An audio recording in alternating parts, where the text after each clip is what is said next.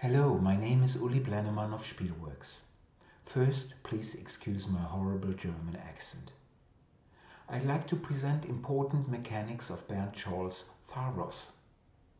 Tharos is a dice backbuilding game taking place in a steampunk universe. Tharos is for 2 to 4 players, aged 12 years and up. The players take control of a steam guild and use dice for their actions.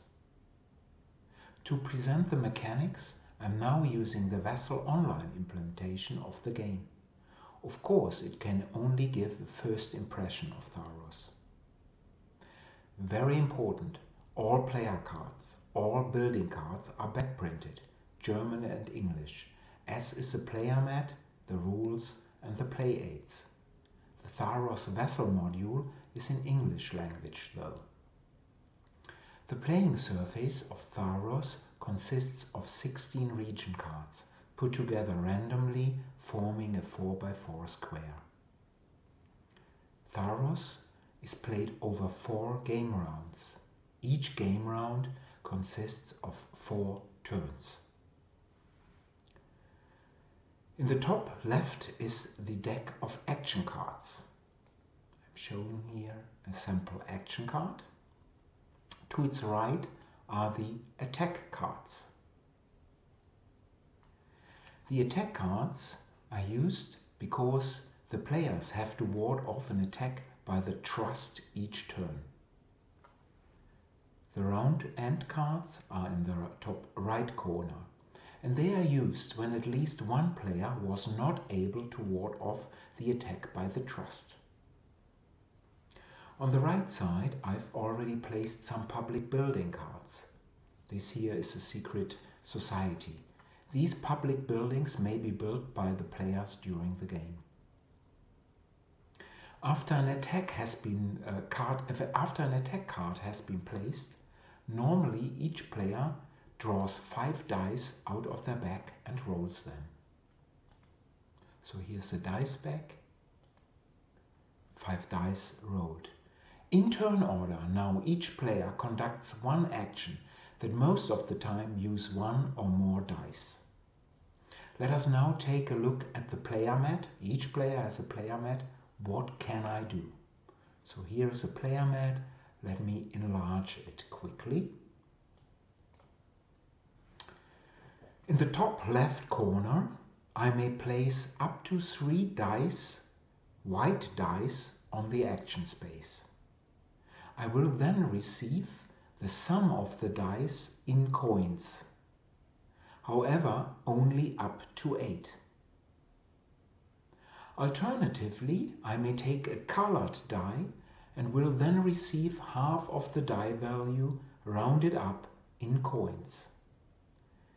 Important: all 5 white action spaces may be used in a turn only for one of the 2 options, either left or right.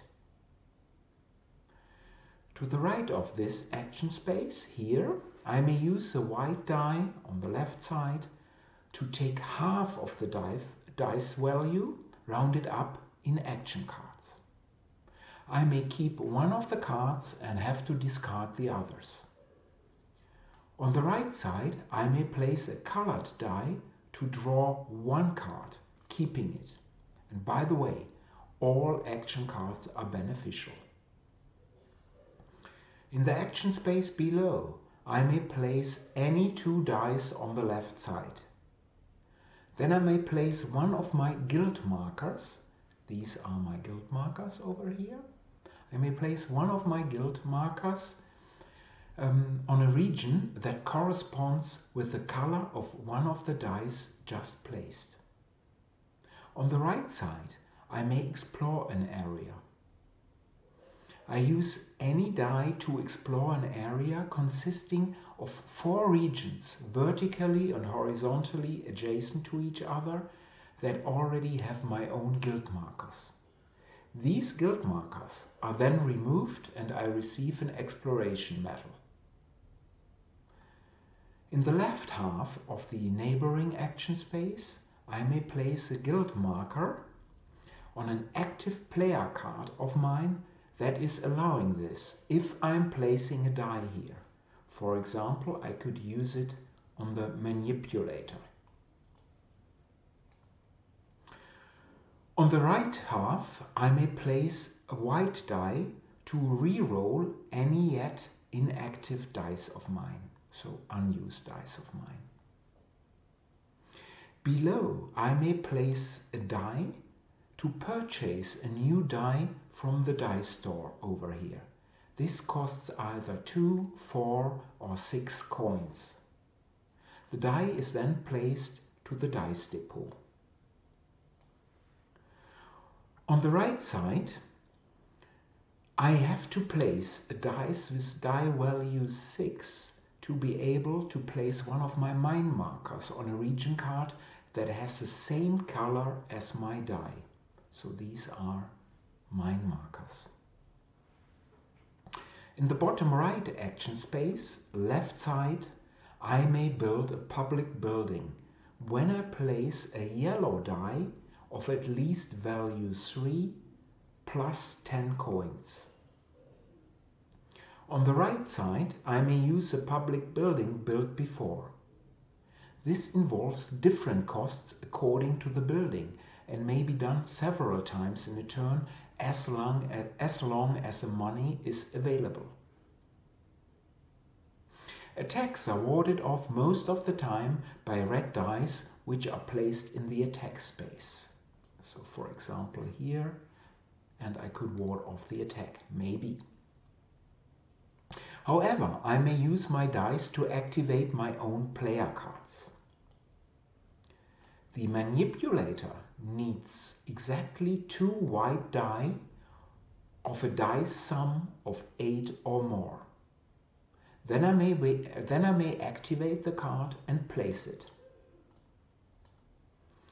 The banker needs a white die and a yellow die, and the dice value have to be 10 or more. Activated cards give permanent advantages and special abilities. These cost dice. At the activated banker card, I could, for example, place a yellow die with and the die value would give me that many coins. If I do not have any dice left, I have to pass. When all players have passed, a turn ends. I receive points for medals. Here's a medal mat. In various categories. For active player cards, for public buildings, for mine markers, and in a small way for my remaining money in coins. Tharos is a game with very little downtime that is extremely varied. Many cards and actions allow the manipulation of die values.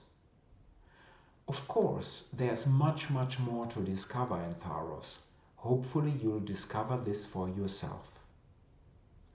Tharos is a dual language edition, German and English, that will be produced in Europe. I'd be very happy when you would support Tharos, and thank you very much in advance, also in the name of the whole Spielworxx team. Stay safe, Black Lives Matter.